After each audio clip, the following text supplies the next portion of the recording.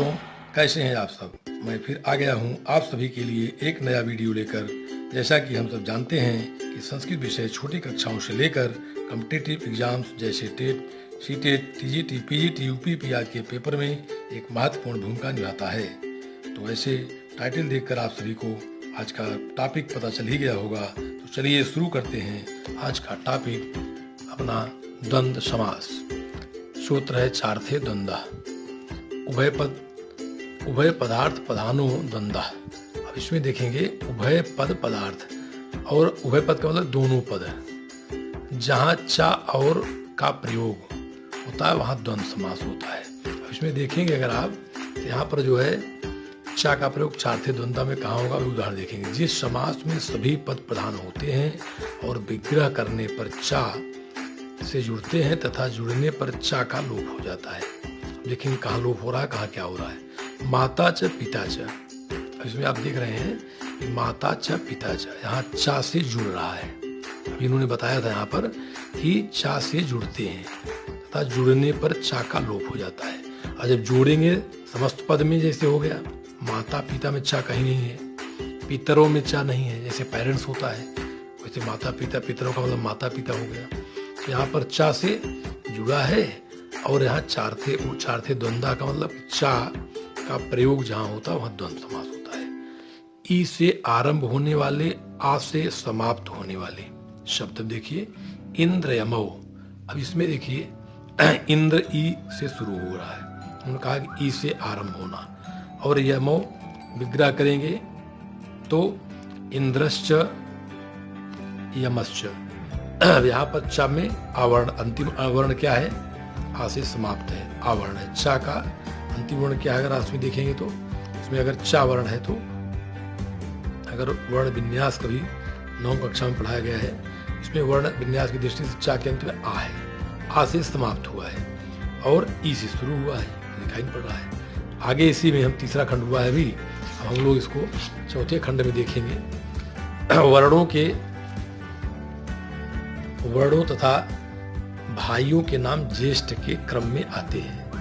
इसमें देखिए राम लक्ष्मण, राम जो है बड़े भाई हैं तो रामश्च लक्ष्मणश्च। जितने भी नाम होंगे, अगर बड़े भाइयों का चारों लोगों का नाम लिखना हो, राम भरत लक्ष्मण शत्रुघ्न, तो उसी क्रम में आएगा। राम भरत लक्ष्मण नहीं आया, 2 में तो बड़ा छोटा हो गया। तो ये क्रम जो आता है, नियम बनते हैं, वो नियम शाश्वत रहते हैं। वर्णों तथा भाइयों के नाम ज्येष्ठ के क्रम में आते हैं। उदाहरण कोई देखेंगे तो राम भरत लक्ष्मण शत्रुघ्न ऐसा आएगा। तो रामश्च लक्ष्मणश्च, चाहे रामश्च एक साथ करें चाहे रामश्च करें, तो राम ज्येष्ठ, वर्ण पहले है फिर ला है, यारा लावा। तो ऐसे द्वंद्व समास के प्रकार। अब हम लोग इसको देखेंगे अगर आप, तो द्वंद्व समास के प्रकार 3 जो है प्रकार अलग अलग दे रहे हैं। इतरेतर द्वंद्व, अब इसमें जो है इतरेतर द्वंद्व क्या है देखिए। अब ये राम भरत लक्ष्मणाह, मैंने भी बताया था आपको ना उदाहरण। यहाँ पर देखिए राम लक्ष्मण में थोड़े छोटे हैं, अब भरत यहाँ आ गए बीच में, राम भरत तब लक्ष्मण है, वो क्रम भी यहाँ भी काम कर रहा है। और दूसरा जो है इतरेतर द्वंद्व जो है देखिए 2 या 2 से अधिक पद, इसमें क्या है 1 2 3 पद है। राम भरत लक्ष्मण बहुवचन है। अगर ये 3 लोग हैं तो बहुवचन है, 2 होते राम लक्ष्मण तो द्विवचन होता। तो इन्होंने यही कहा इसमें कि अगर हमको इसमें अगर आ गया इतरेतर द्वंद्व में 2 या 2 से अधिक पद होंगे तो द्विवचन, और अगर उससे अधिक है तो बहुवचन है। ठीक है ना। अब इसमें देखिए समाहार द्वंद्व, समस्त पद, समाहार का मतलब होता है इकट्ठा करना। अब समस्त पद, इसमें जो समाहार द्वंद्व है इसका जो परिभाषा अगर हम समझना चाहें तो समाहार द्वंद्व में समस्त पद नपुंसक लिंग होता है, एक वचन तथा स्वाभाविक बैर रखने वाले प्राणियों का उदाहरण होता है। अब इसमें देखिए आहि नकुलम, आहि का मतलब क्या है, आहि का मतलब सर्प है।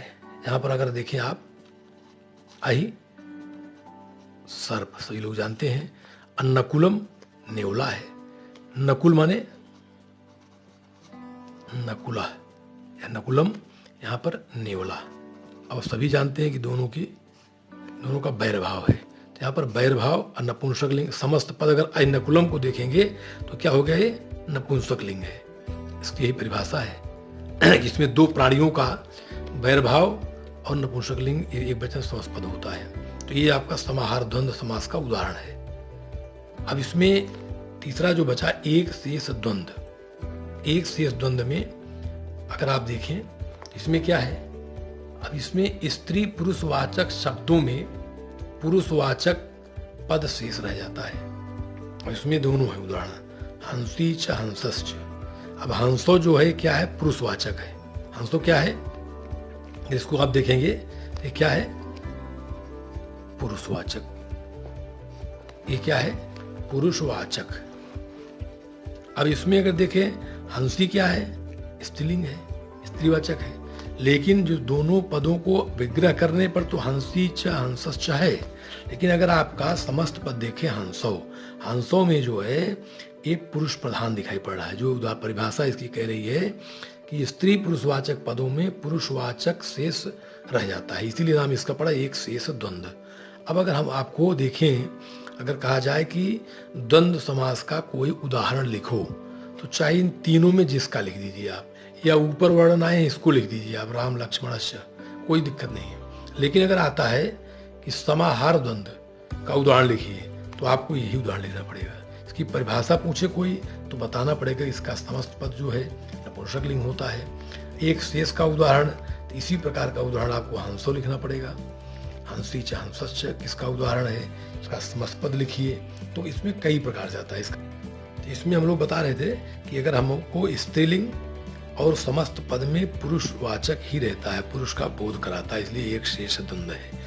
दोनों वचन है लेकिन दोनों स्त्रीलिंग और पुल्लिंग है, लेकिन समस्त पद में कोई भी उदाहरण इसका देखेंगे तो मिलेगा आपको एक शेष द्वंद्व है।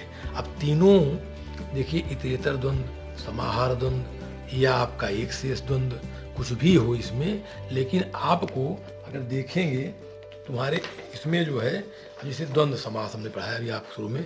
अब द्वंद्व समास में क्या है, चार थे द्वंद्वा है। इसमें क्या है, चा के अर्थ में पूरी परिभाषा में चा का बोध है। अब पूरी कहीं भी उदाहरण देखेंगे तो चा आ जाएगा लगभग। तो चा आने का क्या मतलब है, तो भाई इसका मतलब है ये कि चार थे द्वंद्वा, द्वंद्व समास में चा का रहता है वर्णन, तो इसलिए इसका वर्णन आता है। चा से जुड़ता है बताया गया आपको पितरों में, लेकिन कोई भी उदाहरण है, माता चाहे पिता चाहे पितरो आवे, चाहे राम लक्ष्मणो आवे, चाहे आपका इंद्र यमो इंद्र से यमश आए। अब अलग अलग उदाहरण में आपको दिया, ई का आरंभ आ से समाप्त, यहाँ चा से जुड़ता है, यहाँ पर आपका जो है चा और का प्रयोग होता है। लेकिन कुल मिलाकर के आप देखेंगे तो अब चाहे तीनों का अलग अलग आवे, कुल मिलाकर के द्वंद्व समास में का उदाहरण आया, समस्त पद लिखने को आया, तो आप समस्त पद उसको लिखिए। समस्त पद लिखा हुआ है, विग्रह करना है, तो जैसे राम भरत लक्ष्मणा, तीन नाम है, बहुवचन हो गया है, तो रामः च भरतः च लक्ष्मणः च। अब इसको अगर आप अलग करना चाहें देखिए तो ऐसा लिख सकते हैं, रामश्च, ऐसा भी लिख सकते हैं, भरतः च, ऐसा भी लिख सकते हैं, ठीक है, और लक्ष्मणः च। अभी हो गया। चार नाम हो जाए तो कोई बात नहीं, वहां भी ले देंगे, शत्रुघ्नश्च। तो इसमें जो है क्रम का ध्यान रखा गया है, मैंने आपको पहले बताया था। तो इस प्रकार से हम तीनों हो मिला करके उदाहरण हमको जानना जरूरी है, विग्रह करने आना चाहिए, नियम जानना चाहिए, इसको हम ध्यान देंगे। शेष हम अगले वीडियो में फिर मिलेंगे। धन्यवाद।